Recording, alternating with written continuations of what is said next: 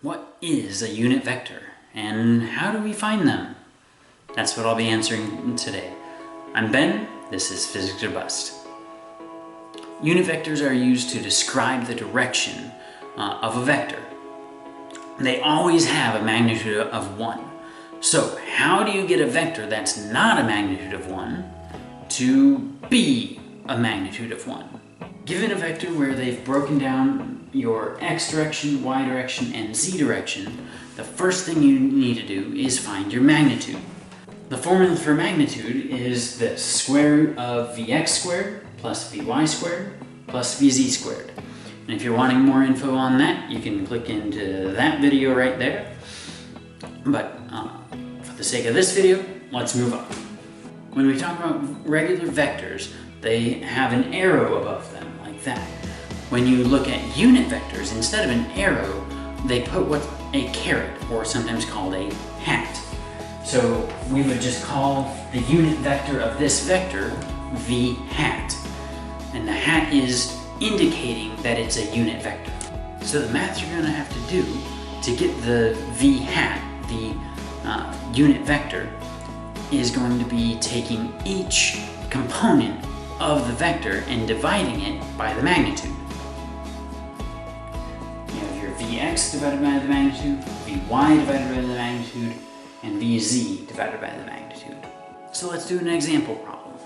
To find the magnitude of this vector, 10, 16, 8, we first have to find the magnitude. I'm viewing this vector as a velocity, so the units meters per second apply.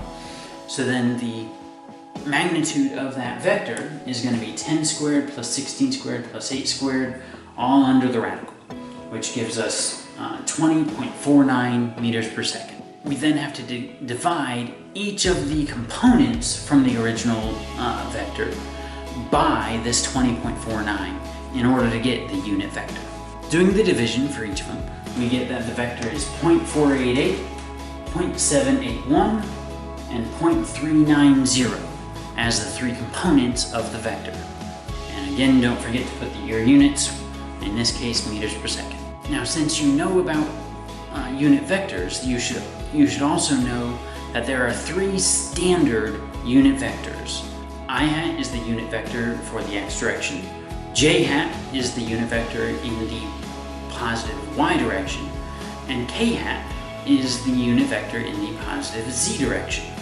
So now we can actually write vectors in a new way. You'll sometimes see vectors written this way, where instead of having it broke down in the brackets, they write 10 I hat plus 16 j hat plus 8 k hat. Those I hat, j hat, and k hats are saying that you're multiplying that quantity by the unit vector in the x, y, or z direction. Hope that helps. Don't forget to like and subscribe, and remember, keep asking questions.